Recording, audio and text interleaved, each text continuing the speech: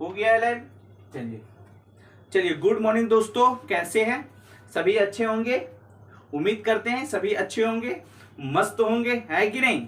चलिए, आज हम लोग क्या वैदिक सभ्यता पढ़ने वाले हैं। क्या वैदिक सभ्यता? इससे पिछले क्लास में हम आपके साथ वैदिक सभ्यता का क्या किए थे, कुछ चर्चा किए थे कि आखिर वैदिक सभ्यता के बारे में, किसके बारे में हम पढ़ेंगे, वैदिक सभ्यता के अंतर्गत हमें क्या जानकारी मिलेगी, ये हम पिछले क्लास में आपको बता दिए हैं। ठीक है, चलिए सभी को गुड मॉर्निंग, मेरे प्यारे सबको गुड मॉर्निंग। ठीक है, चलिए, जो गुड नाइट कर रहे हैं गुड नाइट। ठीक है, चलिए कोई बात नहीं। और क्या, जब वीडियो को आप पूरे वाचिंग कीजिए, ठीक है, तभी आप कुछ सीख पाइएगा। ठीक है, वरना ऐसे आते हैं सब्सक्राइब चले जाते हैं, है कि नहीं? पूरे वीडियो को देखिए आराम से। 1 घंटा क्या है, 30 मिनट 35 मिनट का वीडियो रहता है। 30-35 मिनट तो आप ऐसे ही दोस्तों के बीच गप्पा सड़का करके उड़ा देते हैं। सुबह उठिए, क्या कीजिए, एकदम फ्रेश मूड रहेगा, उस समय क्या कीजिए, देख लीजिए, है कि नहीं? देखिएगा कब? जब आप सब्सक्राइब कीजिएगा, जब आप सब्सक्राइब कर लीजिएगा, और क्या इस तरह से एक फिगर बना हुआ, उसे क्या कीजिएगा, दाब दीजिएगा। ठीक है, लाइक हो जाएगा। ठीक है, आपको सब्सक्राइब करने में कुछ नहीं जाता, उससे हमें क्या थोड़ा सा क्या मोटिवेट मिलता है कि नहीं, चलो मेरा वीडियो कहीं तो किसी को तो इससे लाभ हो रहा है, और साथ साथ में आप मेरा भी एक परिवार बन जाते हैं कि नहीं? कहिएगा वो कैसे सर? तो अपने दुख सुख, जो भी मेरा दुख सुख रहेगा आपके साथ शेयर करेंगे। आपका दुख सुख क्या आप मेरे साथ शेयर कीजिए। परिवार तो वही कहलाता ना, क्या जो दुख सुख में क्या हो, हमेशा साथ हो। तो आप सब्सक्राइब करना ना भूले। और आइए बिना टाइम गवाए हुए हम लोग कहाँ चलते हैं, वैदिक सभ्यता। वैदिक सभ्यता को हम कितने भागों में बांटे थे? तो 2 भागों में बांटे थे। कौन? ऋग वैदिक काल और दूसरा था उत्तर वैदिक काल। क्या इन 2 भागों में बांटे थे? अगर बात किया जाए कि वैदिक सभ्यता का जो काल निर्धारण है कितना किया है, हमारे इतिहासकारक ने वैदिक सभ्यता को, इसका काल निर्धारण की बात किया जाए तो वैदिक सभ्यता को लेकर हमारे इतिहासकारक बताते हैं कि 1500 बीसी, क्या 1500 बीसी, बीसी कहे तो ईसा पूर्व, क्या ईसा मसीह के जन्म के पहले 1500 बीसी से 600 बीसी तक क्या इसका काल निर्धारण रहा। कितना? 600 बीसी। 1500 बीसी से 600 बीसी के बीच क्या हम वैदिक सभ्यता के अंतर्गत जो इस समय का जो कालखंड है, यानी कि इस समय जो भी परिवर्तन हुआ है हमारे बीच, तो उन्हीं के बारे में हम क्या वैदिक सभ्यता को नाम देते हैं, उसी को क्या हम वैदिक सभ्यता नाम देते हैं। और वैदिक सभ्यता की अगर मुख्य रूप से अगर बात किया जाए कि वैदिक सभ्यता के अंतर्गत हमें क्या जानकारी मिलता, तो हमें आर्यों के आक्रमण, यानी कि आर्य जो थे उनके आगमन, यानी कि भारत में आर्यों का आगमन कैसे हुआ है, ये हमें पता कहां से चलता है? तो वैदिक सभ्यता, क्या वैदिक सभ्यता। और वैदिक सभ्यता में किसे, तो हमें मुख्य रूप से क्या, मुख्य रूप से वेद से क्या चलता है, पता चलता है। क्या वेद से पता चलता है? क्या वेद। और हमारे बीच अभी वेद कितना है? 4 है, 4 वेद। हमारे वेदों की संख्या कितनी है? तो 4। कितने वेदों की संख्या कितनी है? 4। ये आप जानते हैं, पिछले क्लास में हम चर्चा कर चुके हैं कि आर्य आखिर आए कहां से थे। ठीक है, हम पिछले क्लास में चर्चा किए थे ना, कमेंट कीजिए, किए थे ना? चलिए बहुत अच्छा, राखी, सोनम, है कि नहीं, गोलू, रोहित, मोहित, चलिए धनंजय, लीजिए भाई आपका भी नाम ले लिए, धनंजय यादव। ठीक है, खुश रहिए। चलिए, हम क्या आर्य के बारे में हम चर्चा इससे पहले की क्लास में किए थे आपके साथ कि आखिर आर्य कहां से आए थे। इनमें अलग अलग इतिहासकारों ने अलग अलग चर्चा दी है, जैसे कि मान लीजिए प्रोफेसर मैक्स मुलर ने क्या कहे थे कि आर्य आए थे क्या मध्य एशिया से। उन्होंने किस आधार पर किए थे कि तो ईरान का एक महत्वपूर्ण ग्रंथ था, कौन, जैन अवस्था के आधार पर बोले थे कि जो प्रोफेसर मैक्स मुलर थे वो उन्होंने बोले कि जो आर्य थे वो कहा मध्य एशिया के क्षेत्र से आए थे। तो हम इससे पीछे की क्लास अगर नहीं किए हैं तो आप जाकर कर लीजिए वैदिक सभ्यता। ठीक है, तो ये क्लास और ज्यादा बेहतर आप समझ में आपको आएगा। ऐसा नहीं होगा कि ये समझ नहीं पाइएगा, हम हैं तो फिर समझने का क्या बात, खाली आप देखते रहिए, आपको खुद समझ में आते जाएगा।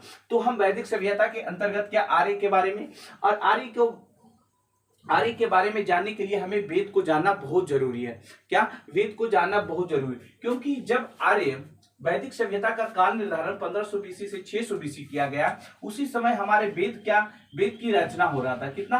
वेद की रचना भी कितना 1500 बीसी से कितना 600 बीसी के बीच में हुआ है। यानी कि जब आर्य भारत में आया उसी समय क्या वेद की रचना किया गया। क्या वेद की रचना हुआ। कहिएगा ये कैसी बात है सर, कैसे मान ली कि इसी समय क्या वेद की रचना हुआ। तो हमारे इतिहासकारक जब वेद की अध्ययन किए तो उसमें वेद को ये तो जान लीजिए कि वेद को पढ़ा गया है, वेद को हमारे इतिहासकारक पढ़ लिए हैं, और वेद को कब लिखा गया है, इस डेट को क्या मेंशन किया गया था। तो इसके आधार पर हमारे इतिहासकारक जो भी अभी वर्तमान में इतिहासकारक हैं उन्होंने ये आधार लगाया कि 1500 बीसी से 600 बीसी में क्या वेद की रचना हुआ है। कहिएगा ठीक है सर, क्या वेद की रचना होगा। अगर और बात किया जाए कि सिर्फ वेद से ही क्या आर्यों की जानकारी मिलती, तो ऐसी बात नहीं है। वेद के सिवा हमें क्या, वेद के सिवा हमें किसके बारे में और जानकारी मिलता है, वेद के साथ फिर हो गया क्या आरण्यक से मिलता है, उपनिषद से मिलता है। क्या उपनिषद से भी हमें आर्य के, उपनिषद से भी क्या हमें आर्य के बारे में जानकारी मिलता है, आरण्यक से मिलता है। क्या आरण्यक से मिलता है। ब्राह्मण क्या ब्रह्म ग्रंथ से, जो ब्राह्मण ग्रंथ है उससे भी क्या हमें आर्यों के बारे में क्या मिलता है, जानकारी मिलता है। तो ये समस्त चीजों से हमें क्या आर्यों के बारे में जानकारी मिलता है। अगर वेद की बात किया जाए, क्या वेद अगर आपको आर्यों के बारे में जानना है तो उसका मूल रूप यानी कि उसका जो आर्य का आधार है, यानी कि जिस समय आर्य आया था उस समय वेद की रचना मुख्य रूप से हुआ था। क्या वेद की रचना सबसे पहले हुआ था। हमें सबसे पहले क्या, हमें वेद पढ़ना चाहिए, उसके बाद क्या हम आगे धीरे धीरे क्या करेंगे, पढ़ते चले। जैसे मान लीजिए अभी के वर्तमान समय में अगर किसी के बारे में जानना है तो कहता है आधार कार्ड बहुत जरूरी है। क्या आधार कार्ड लिया जाता है। उसी तरह अगर बात किया जाए कि इस तरह कि आर्यों की जानकारी अगर हमें पाना है, अगर आर्यों के बारे में हमें जानना है तो हमें क्या पहले वेद को पढ़ना पड़ेगा। और वेद कितनी है, 4 है। वेद कितनी है, 4 है। देखिए कौन कौन है। पहला वेद क्या है, ऋग्वेद। क्या ऋग्वेद। दूसरा में क्या है, आपकी बात किया जाए कि दूसरा में क्या है, यही लिखे। दूसरी वेद क्या है, यजुर्वेद। यजुर्वेद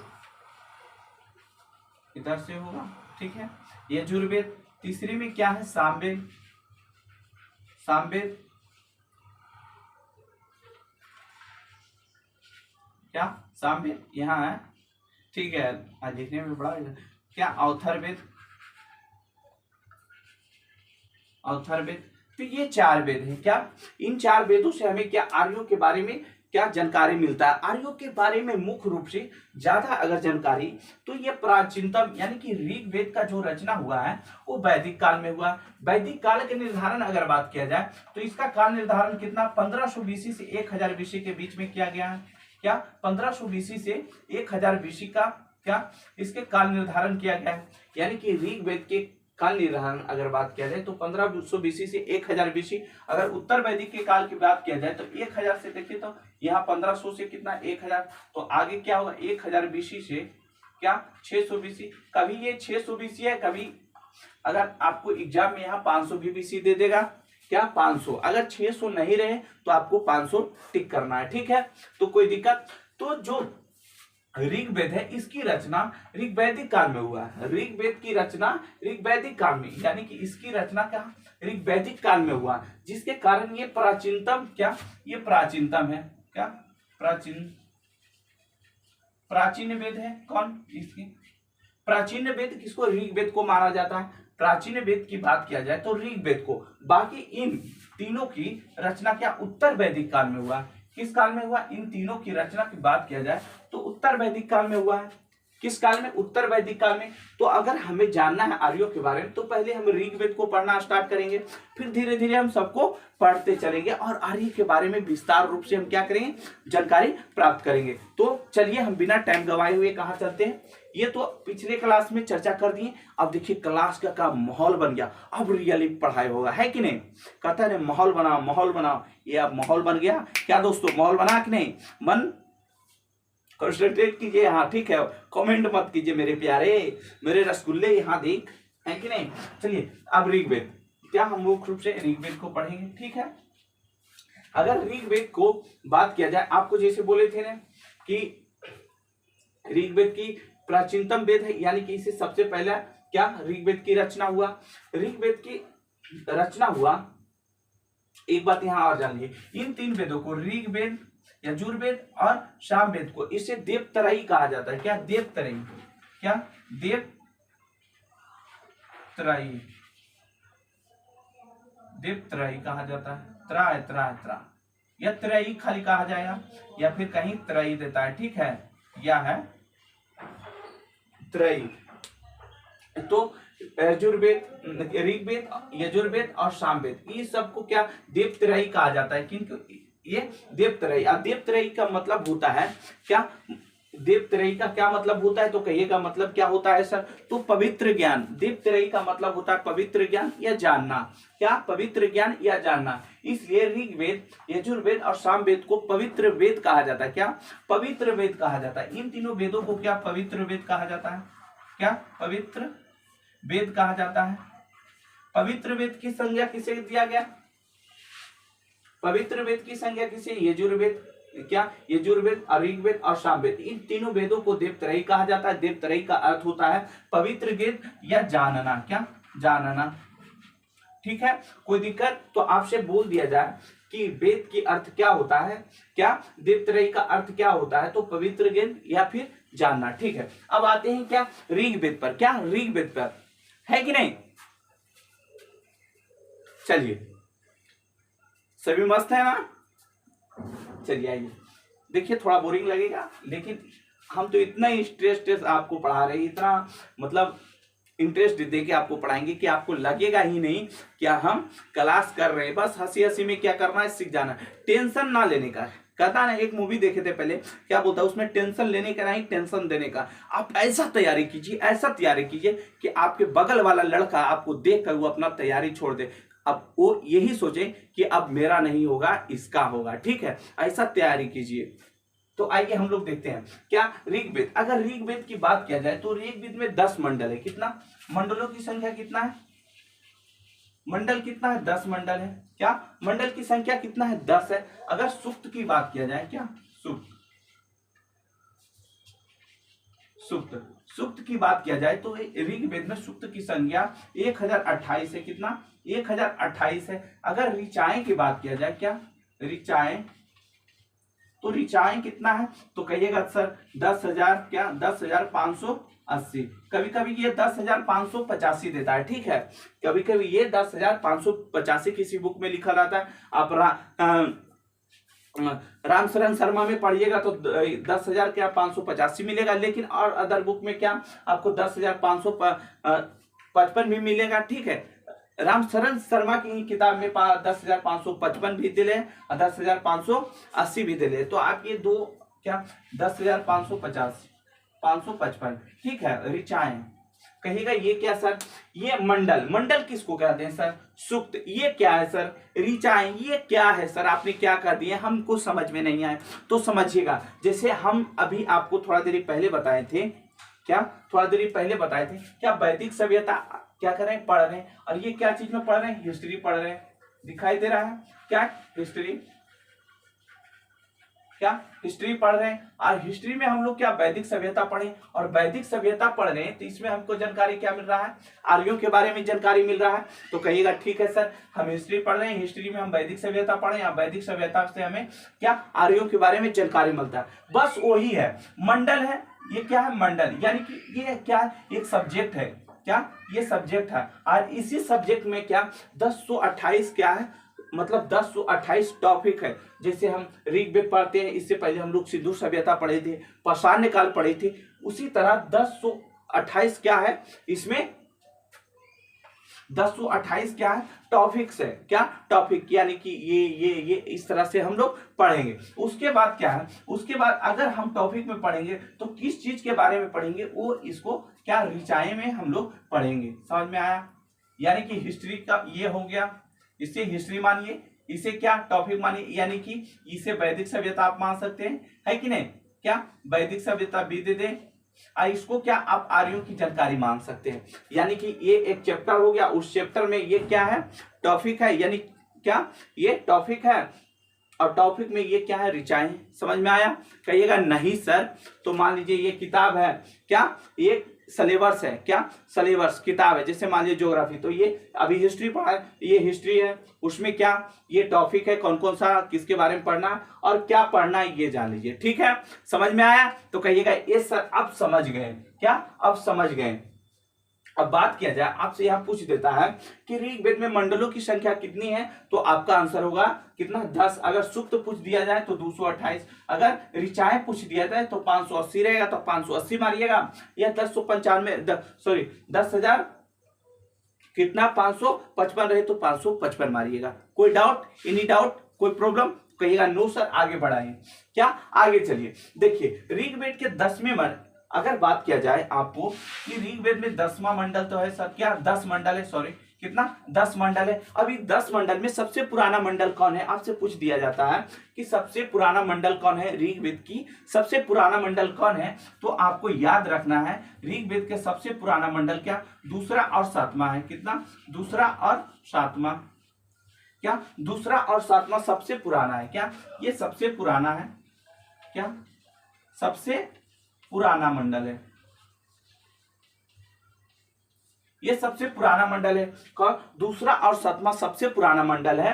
क्या दूसरा और सातवां सबसे पुराना मंडल है। अगर नए मंडल की बात किया जाए तो पहला कितना, पहला और 10वां, पहला और 10वां क्या सबसे नया मंडल है। क्या नया, आपको समझ में आया? ये क्या है, पुराना मंडल है। अगर आपको ये पूछ दिया जाए कि ऋग्वेद में सबसे पुराना मंडल कौन है, तो दूसरा और सातवां सबसे पुराना मंडल है, जबकि पहला और कितना, पहला और 10वां क्या नया मंडल है। आपको याद है, आपको याद था? तो कहिएगा नहीं सर पढ़े ही नहीं थे, तो ये याद आप कीजिए। ठीक है, कितना, पहला और 10वां नया मंडल है, और क्या इसका दूसरा और सातवां नया, सॉरी ये सबसे पुराना मंडल है। कोई दिक्कत? तो कहिएगा नो सर ये पुराना ये नया। ठीक है, इसके तीसरे मंडल में, इसका तीसरा मंडल में क्या, इसका तीसरा मंडल में गायत्री मंत्र है। क्या गायत्री मंत्र, गायत्री मंत्र जानते हैं, सूर्य भगवान के समर्पित है। तो तीसरे में क्या गायत्री मंत्र है, क्या गायत्री मंत्र है। ठीक है, तीसरे मंडल में गायत्री मंत्र है। क्या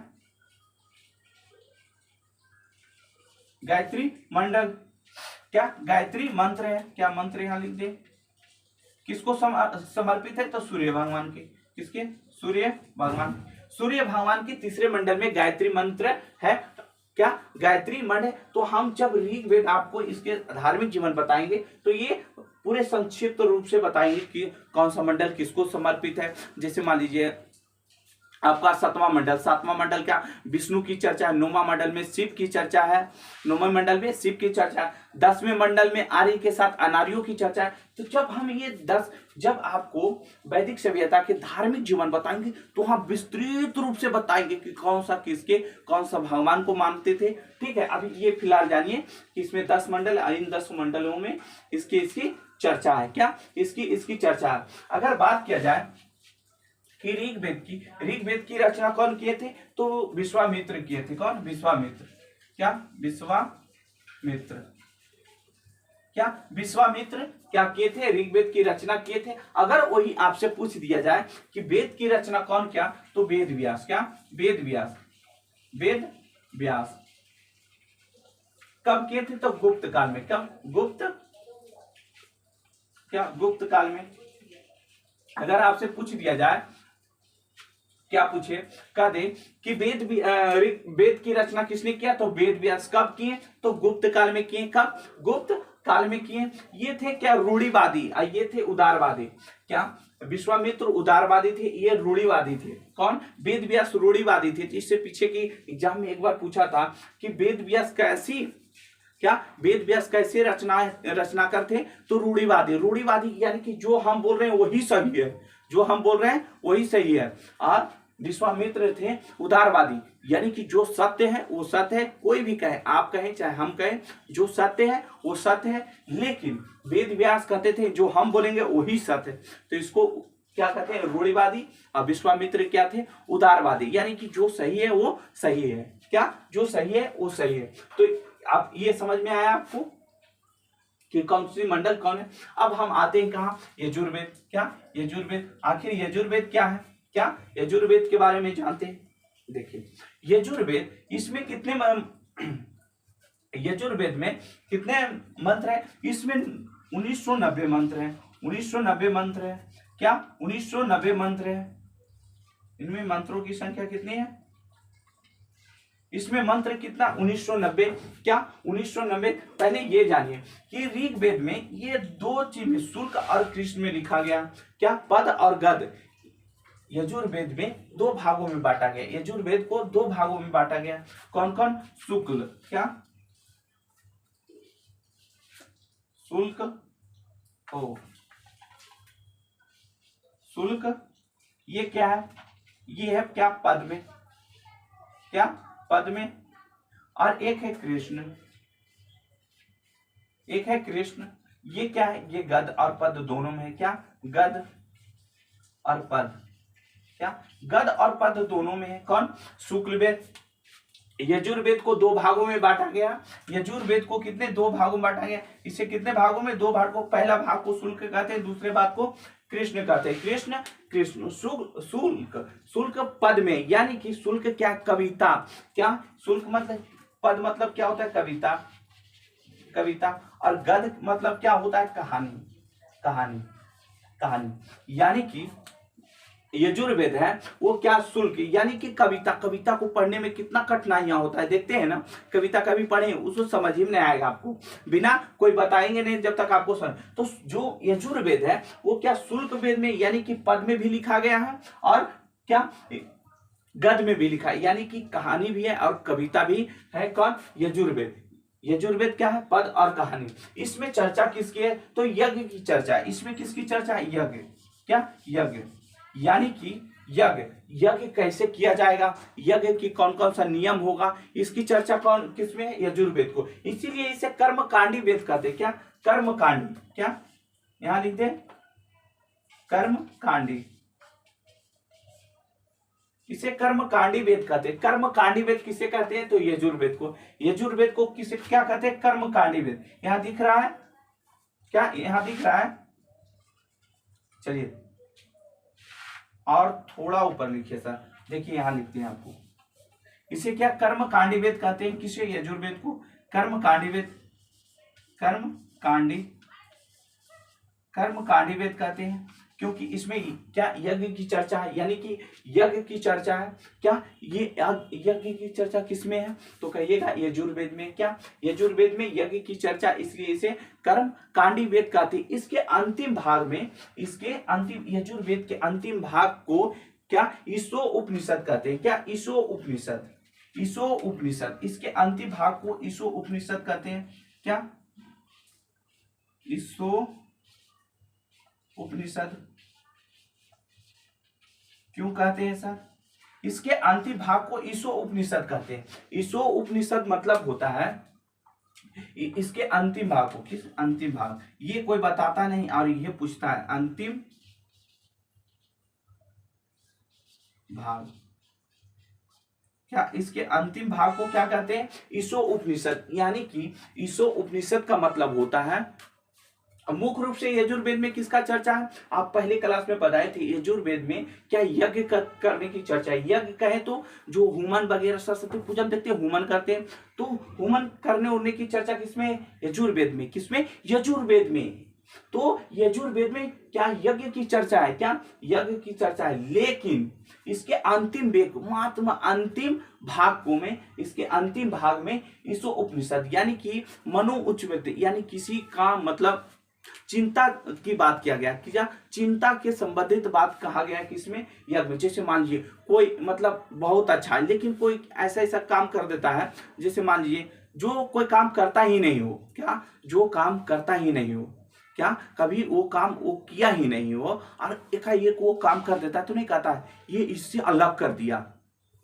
जैसे मान लीजिए कभी कोई हरियाली हरा भरा इधर उधर नजर नहीं फेरता है, कभी लड़की की बात नहीं करता और वही लड़की लेकर भाग जाता है। अक्सर यही गांव में होता है, देखते हैं एकदम सीधा साधा देखे में रहेगा, सीधा साधा रहेगा, वो अंदर से टेढ़ा रहता है। जो एकदम घुमाए रहेगा, कुछ नहीं बोलेगा केरोस, वो अंदर से क्या होता है बिखैला, और वह क्या होता है लेके फरार हो जाता है। तो कहता है इस पे तो विश्वास ही नहीं था कि ऐसे कर देगा। तो वही बात है, इसमें क्या है, यजुर्वेद की चर्चा है। किसका?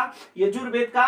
यजुर्वेद में किसकी चर्चा? यज्ञ की। लेकिन इसके अंतिम भाग को किसी की चिंता की बात की गई, इसीलिए इसे ईशो उपनिषद कहा गया। इसीलिए इसे ईशो उपनिषद कहा गया। तो आपसे पूछ देगा यजुर्वेद में अंतिम भाग कौन है? तो ईशो उपनिषद की अंतिम भाग है। आपको पता चला उपनिषद किसे कहते? तो वेद के अंतिम भाग को क्या कहते? उपनिषद। वेद के अंतिम भाग को क्या कहते हैं? उपनिषद। वेद के अंतिम भाग, जो वेद के अंतिम भाग होते हैं उसको उपनिषद कहते हैं। अरण्यक, जिसका रचना क्या हो, जिसकी रचना जंगल में हो, उसे क्या कहते हैं? अरण्यक। अब ब्राह्मणगत, इसमें क्या मंत्र उंत्र लिखते हैं पंडित जी देखें, तो पंडित जी ब्राह्मण कहते हैं, तो उसे ब्राह्मण। अरण्यक मतलब जिसकी रचना क्या जंगल में, उसे अरण्यक कहते हैं। उपनिषद, इसको क्या कहते हैं? उपनिषद को। उपनिषद क्या होता है? तो इसके वेद के अंतिम भाग को उपनिषद कहते हैं। अरण्यक, जिसका जंगल में रचना, उसे अरण्यक कहते हैं। ब्राह्मण ग्रंथ, ये तो आपको पता है, ठीक है। तो इसकी चर्चा कितने हैं? इसकी ये दो भागों में बांटा गया है। शुल्क पद, जिसका मतलब होता है, पद का मतलब होता है कविता, यानी कि ये कविता में भी लिखा गया। ये कृष्ण क्या? कृष्ण गद, क्या गद है, यानी कि गद, गद पद, यानी कि कहानी में भी ये लिखा गया। तो आपसे पूछ देगा कि यजुर्वेद कितने भागों में लिखा गया? तो दो भागों में, कौन? शुक्ल वेद और कृष्ण पद। पद और गद ये दोनों में है। क्या? पद और गद ये दोनों में है, ठीक है। तो कोई प्रॉब्लम तो कहिएगा नो सर। इसमें मंत्रों की कितना मंत्र है? तो 1990 मंत्र है। इसमें कितना? 1990 मंत्र है। कितना? 1990 मंत्र है। अगर इसकी उपनिषद की बात किया जाए कि यजुर्वेद में उपनिषद की संख्या कितनी है, तो इसके कुछ महत्वपूर्ण उपनिषद है जो आपसे पूछ देता है, वो जानिए। इसका क्या? इसके उपनिषद की बात किया जाए तो देखिए यहां लिखते हैं, ठीक है। देखिए जो यजुर्वेद है, इसके उपनिषद को श्वेता स्वरूपा कहा जाता है। कौन? श्वेता स्वरूपा। श्वेता स्वरूपा, श्वेता स्वरूपा उपनिषद। क्या? श्वेता स्वरूपा उपनिषद।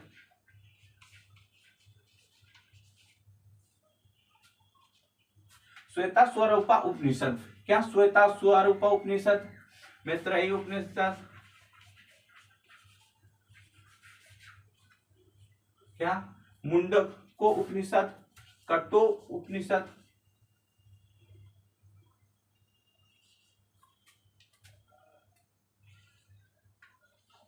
तो ये इसका क्या उपनिषद है, ठीक है। आप इसको याद रख लीजिएगा, ठीक है।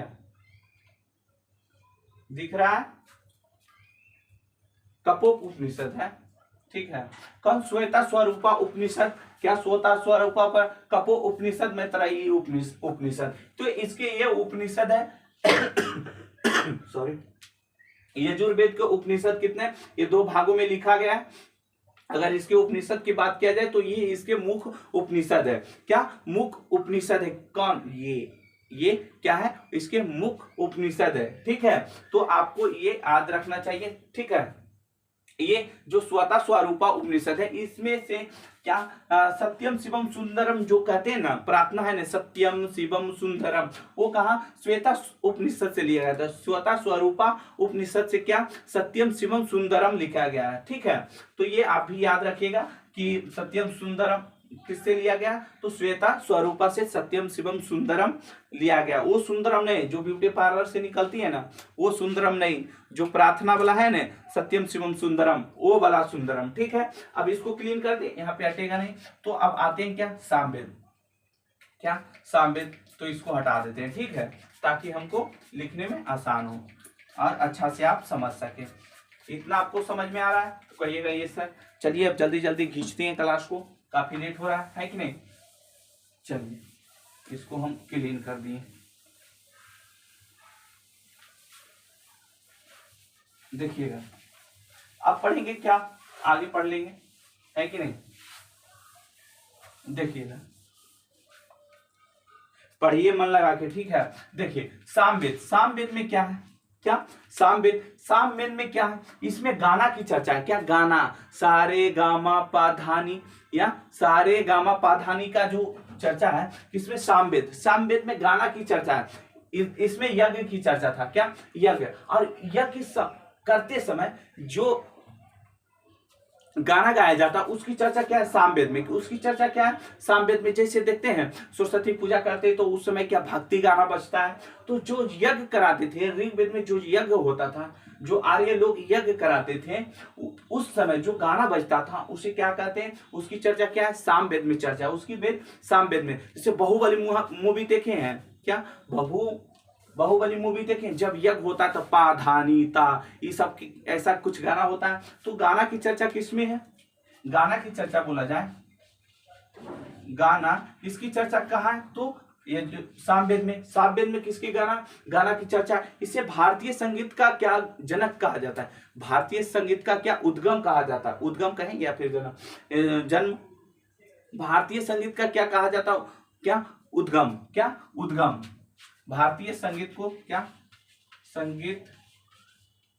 संगीत को उद्गम, क्या उद्गम। यानी कि इससे भारत संगीत, जो भारत में गाना गाया जाता है उसकी उद्गम कहां से हुआ, उसका जन्म कहां हुआ, सामवेद से ही। क्या भारत में संगीत का क्या उद्गम कहा जाता है, यानी कि भारत का जो संगीत है उसमें क्या सामवेद से ही लिया गया, सारे गामा पाधानी। ठीक है, तो ये आप याद रखिए सामवेद में क्या, इसे भारतीय संगीत को क्या, इसके भारतीय संगीत को क्या उद्गम हुआ। इसमें अगर मंत्रों की बात किया जाए, इसमें मंत्र, क्या मंत्र, इसमें मंत्र कितना है, तो 785, सॉरी ऋचाएं की बात किया जाए, ऋचाएं हैं, क्या ऋचाएं इसमें कितने हैं, इसमें ऋचाएं बात किया जाए, जो सूक्त, क्या सूक्त, सॉरी क्या इसमें सूक्त है, क्या सूक्त, इसमें सूक्त कितना है, 785 सूक्त है। कितना, 785 सूक्त है। अगर मंत्र की बात किया जाए, क्या मंत्र, क्या मंत्र, अगर इसमें मंत्र की बात किया जाए तो इसमें मंत्रों की संख्या कितनी है, तो इसमें याद रखिएगा, इसमें क्या, इसमें 99 मंत्र है। क्या इसमें 99 मंत्र है। बाकी कहा ऋग्वेद से लिया गया, इसलिए इसे ऋग्वेद की क्या सहायक वेद भी कहा जाता है। सामवेद को ऋग्वेद के क्या सहायक वेद कहा जाता है, यानी कि सामवेद को ऋग्वेद से कुछ मंत्र लिया गया। इसमें पूरा मंत्र कितना है, 99 है। इसमें मंत्रों की संख्या कितना है, 99 है। बाकी कहा ऋग्वेद से लिया गया, इसीलिए इसे ऋग्वेद के सहायक वेद भी कहा जाता है, ऋग्वेद की सहायक वेद कहा जाता है। तो आप इसको याद रखिएगा। इसके जो ज्ञानी हैं, सामवेद के ज्ञानी को उद्गाता कहते हैं। क्या उद्गाता, इसके ज्ञानी जो है, क्या सामवेद के जो ज्ञानी है, क्या ज्ञानी, उसे क्या कहा जाता, उद्गाता, उद्गाता, क्या उद्गाता। अगर यजुर्वेद की बात किया जाए कि यजुर्वेद के ज्ञाता को क्या कहते हैं, तो इसके ज्ञाता को कहते हैं अर्धर्व, क्या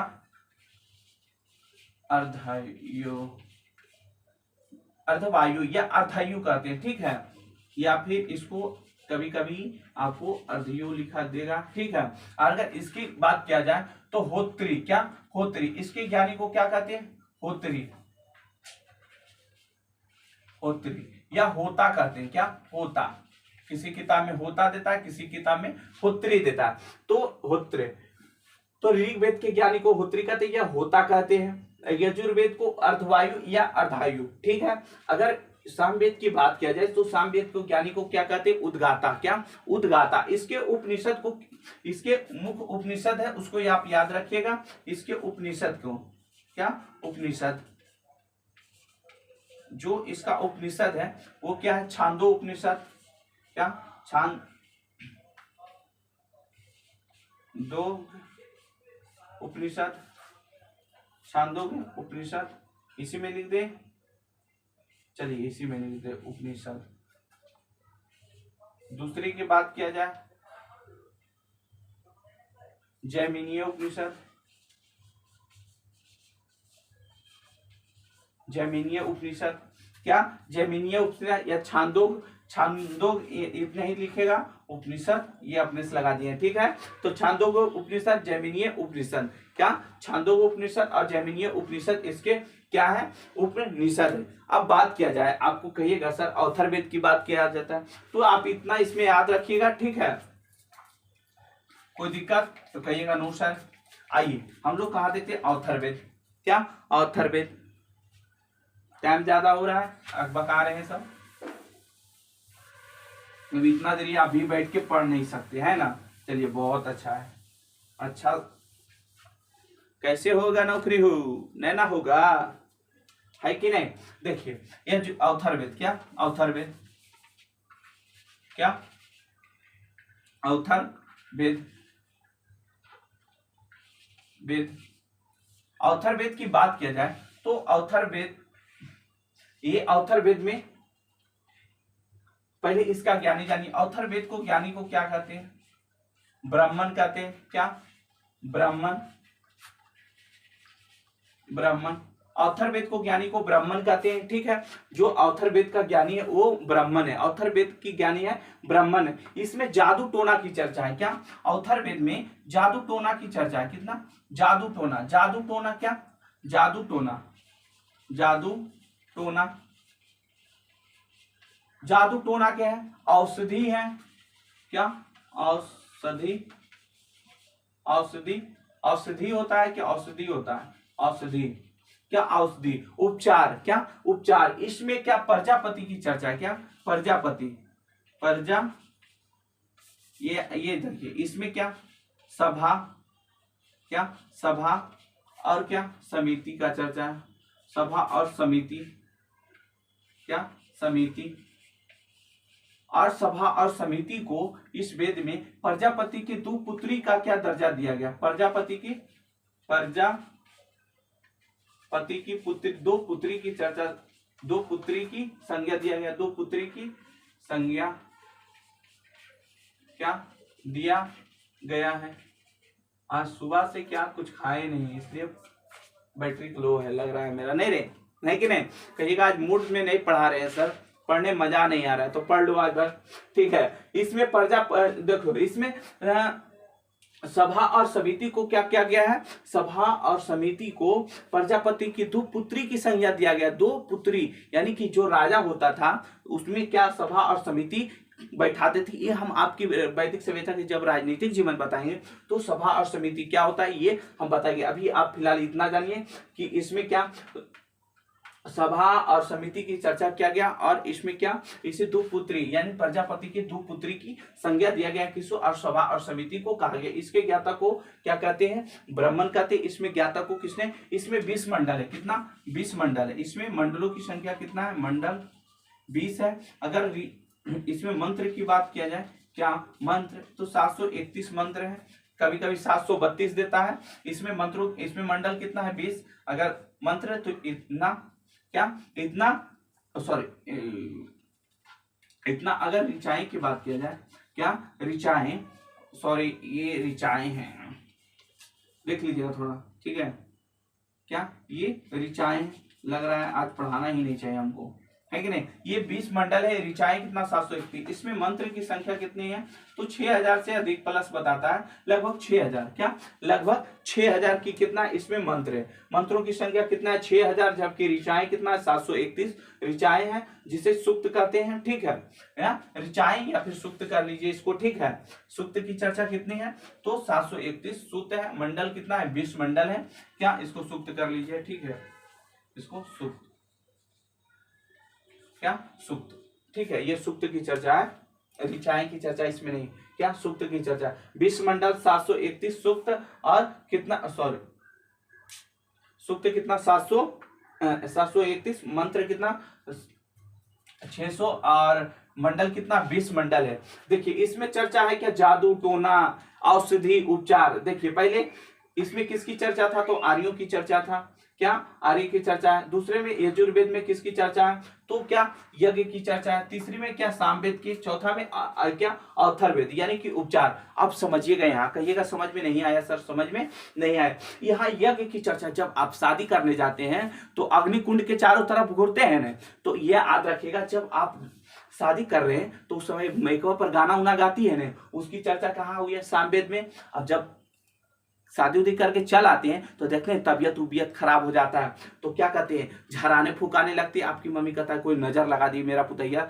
सुंदर है, नजर लगा दी। तो उसकी चर्चा किसमें, अथर्ववेद में। क्या, जादू टोना। अगर ठीक नहीं होती तो कहते चलो चलो डॉक्टर की ले चलो। तो औषधि का, यानी कि औषधि कहें तो क्या, डॉक्टर वगैरह की चर्चा किसमें, अथर्ववेद में है। आपको समझ में आया इतना।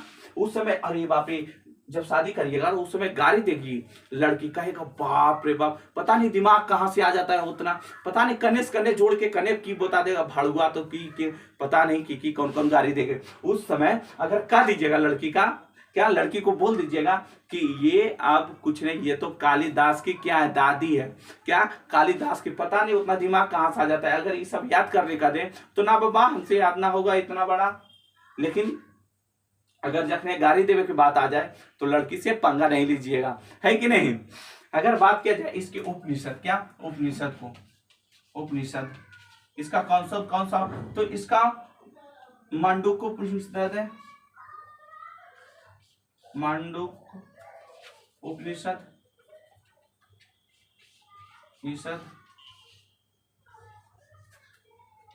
मांडुक्य उपनिषद,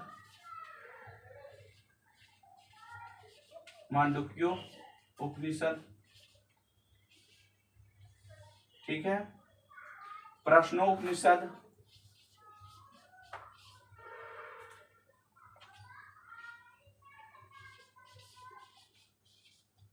ठीक है।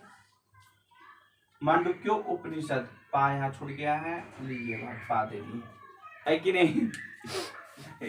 क्या, मांडुक्य उपनिषद, यहाँ भी पा छूट गया, पता नहीं सेठिया जाते हैं लगता है कभी कभी की। क्या, उपनिषद। देखिए उपनिषद क्या, इसके उन्मुख उपनिषद कितने हैं, 3 हैं, ठीक है। मांडुक्य उपनिषद, मुंडक्य उपनिषद, प्रश्नो उपनिषद। क्या, प्रश्नो उपनिषद। तो आपकी इसको क्या, आप इसको याद कर लीजिए, ठीक है। क्या, इसको आप याद रख सकते हैं, कोई इसमें दिक्कत की बात नहीं है। क्या इसको कुछ दिक्कत की बात है तो कहिएगा नो सर, ये तो दिक्कत की बात नहीं है। अब थोड़ा सा ये जान लीजिए कौन सा ज्ञान किसको, मतलब कौन किसका ज्ञान कौन, मेरा कहने के मतलब है कि कौन सा वेद को किसका, कहिएगा कोची कोची बोल रहे हैं सर, आपको समझ में नहीं आ रहा है, तो आएगा बाबा भी तुरंत आ जाएगा, क्या तुरंत आ जाएगा। देखिए वो क्या हम बोलते हैं, बताना ये चाह रहे हैं कि कौन सा ग्रंथ को कौन, किसका ज्ञानी कौन है। जैसे मानिए ऋग्वेद, क्या हम यहां लिखते हैं, क्या देखिए ध्यान दीजिएगा, ये पूछ देता है आपसे, इससे ज्यादा क्वेश्चन आता नहीं है, ठीक है। तो ये आपसे जो आएगा, जो अभी हम बताने वाला है, देखिए हम क्या यहाँ कॉलम बना लेते हैं, क्या कहते हैं, वेद। क्या, वेद, कौन कौन सा वेद है, तो ये 4 वेद है, हम लिखते हैं। यहाँ पहला में क्या है, ऋग्वेद, क्या ऋग्वेद, ऋग्वेद। दूसरा में क्या है, दूसरा में क्या है, यजुर्वेद, यजुर्वेद कहिएगा, ठीक है सर। तीसरा में क्या है, तीसरा में क्या है, सामवेद, सामवेद। चौथा में क्या है, ये तीसरा, ये चौथा, चौथा में क्या है, अथर्ववेद, क्या अथर्ववेद, ठीक है। ये 4 वेद है। इसके ज्ञानी, यानी कि जो वेद का ज्ञानी है, इसमें क्या, ज्ञानी, क्या ज्ञानी, यानी कि जो वेद के, यानी कि ऋग्वेद के ज्ञानी कौन हुए, यजुर्वेद के ज्ञानी कौन हुए, सामवेद के ज्ञानी क्या बोलते हैं, और यजुर्वेद के ज्ञानी को क्या बोलते हैं। तो आप यहाँ ज्ञानी, यजुर्वेद के ज्ञानी को क्या कहते हैं, होत्री, क्या होत्री, यजुर्वेद के ज्ञानी को होत्र या फिर होता कहा जाता है, या फिर होता, इसके ज्ञानी को बोलते हैं। यजुर्वेद के ज्ञानी को क्या कहते हैं, अर्धायु, क्या अर्धायु, अर्धवायु देगा, कभी अर्धायु देगा, ठीक है।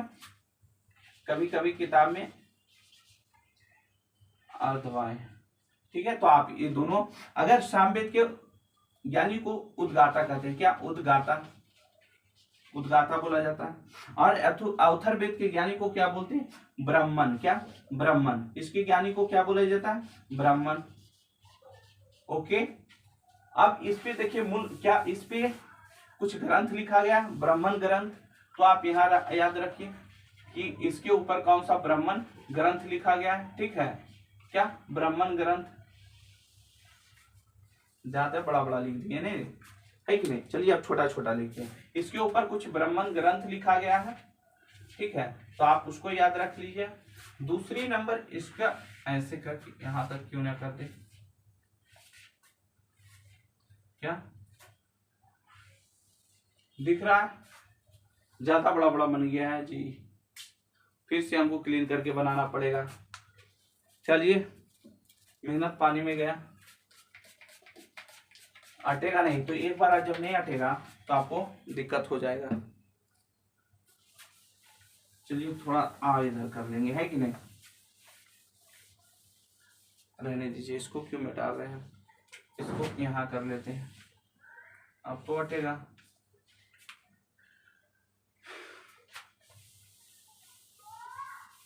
देखिएगा, यही आपसे क्वेश्चन पूछेगा कौन सा किसका ज्ञानी है। ठीक है, तो आपको ये याद होना चाहिए। ओके, दिख रहा है आप लोग को, कहिएगा ये सर दिख रहा है। अब क्या यहाँ ज्ञानी लिखते हैं,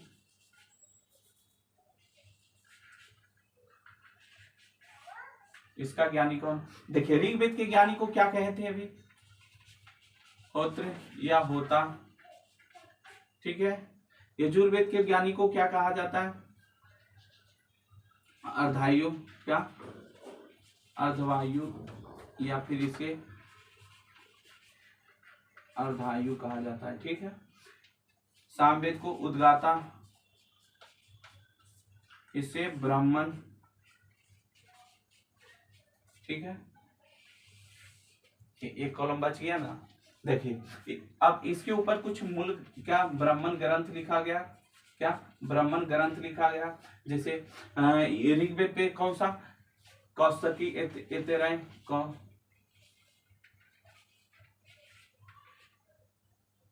कौस्तकी एतेराय, कौस्तकी एतेराय।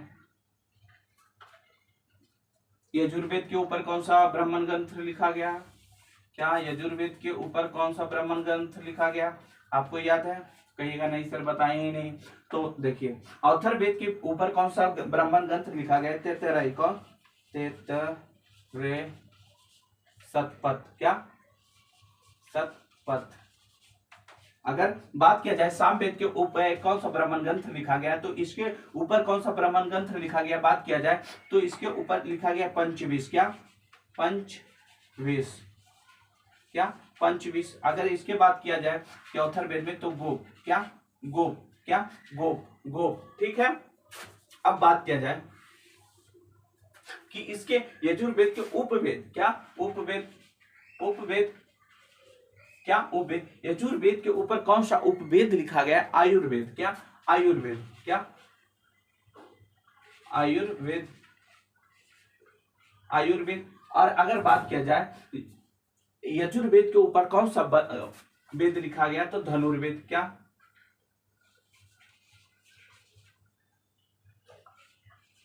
धनुर्वेद, क्या धनुर्वेद। सामवेद के ऊपर कौन सा वेद लिखा गया है, बात किया जाए कि सामवेद के ऊपर कौन सा वेद लिखा गया है, तो गंधर्व वेद, क्या गंधर्व वेद, क्या गंधर्व वेद। अगर ये अथर्ववेद के ऊपर कौन सा ब्राह्मण कौन सा उपवेद लिखा गया है, तो यहां रखिएगा शिल्प, क्या शिल्प वेद, शिल्प वेद, क्या शिल्प वेद। आपको याद है, कहिएगा नो सर। अब बात किया जाए कि इसके ज्ञानी को क्या कहते हैं, क्या ज्ञानी, यानी कि जो अथर्ववेद लिखा गया है इसके ज्ञानी को क्या कहते हैं, तो इसके ज्ञानी को प्रजापति क्या कहते हैं, क्या प्रजापति, क्या प्रजापति। और धनुर्वेद के ज्ञानी को क्या कहते हैं, विश्वामित्र, क्या विश्वामित्र, विश्वामित्र, क्या विश्वामित्र।